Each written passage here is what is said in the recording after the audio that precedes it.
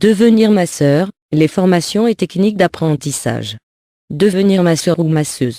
Devenir masseur est un choix consenti au plus profond de soi. Très souvent fait, après avoir pris le temps d'avoir la petite certitude d'en avoir le don. Une personne qui décide d'investir son temps et son argent dans une formation professionnelle de massage le fait en toute conscience, et certainement sans obligation.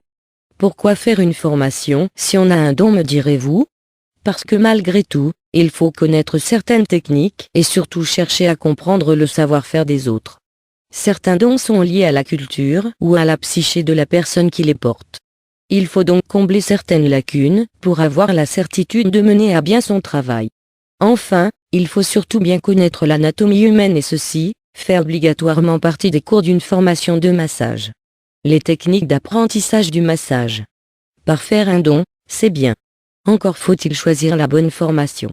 Aujourd'hui, il est possible de faire un parcours à la carte dans certains centres d'apprentissage. Il s'y trouve assez de techniques pour s'associer à ses compétences. S'il faut toujours commencer par une base, qui n'est pas toujours proposée dès le départ, mais qui devrait être obligatoire, ce serait d'apprendre à comprendre le ressenti de la personne massée ainsi que du masseur tout en étudiant profondément à fond l'anatomie et la physiologie humaine. Par la suite, tout un panel de techniques, soit à la mode, soit très apprécié par la clientèle, est offert aux apprentis. Le choix devrait dépendre de la notion que l'on se donne du bien-être que l'on va donner à l'autre.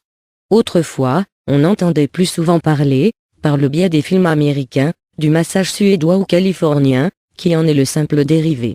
Aujourd'hui, le shiatsu et le kobido qui viennent du Japon. Le tuina de Chine.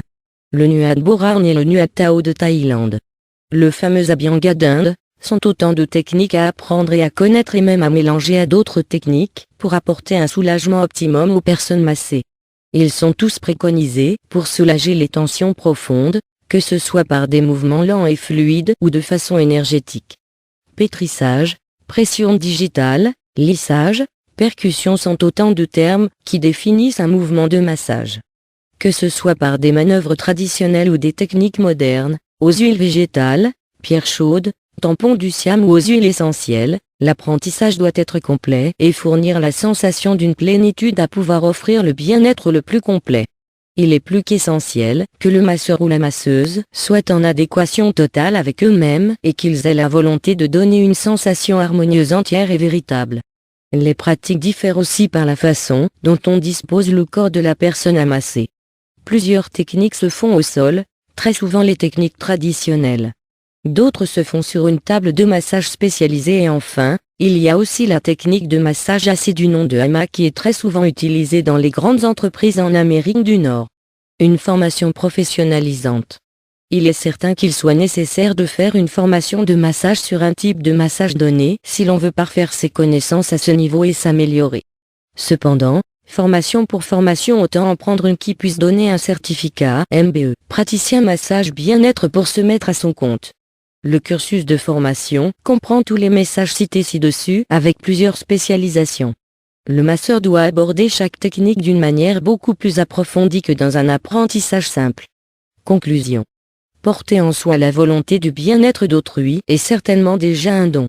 Le massage n'est pas réellement un métier, mais une vocation qui a réellement pour but de donner une sensation de satisfaction d'un devoir accompli. C'est une médecine douce qui n'a pas encore totalement été révélée. Il y a encore beaucoup de chemin à faire pour connaître les techniques les plus infaillibles. L'avenir dira quel nom portera cette technique de massage.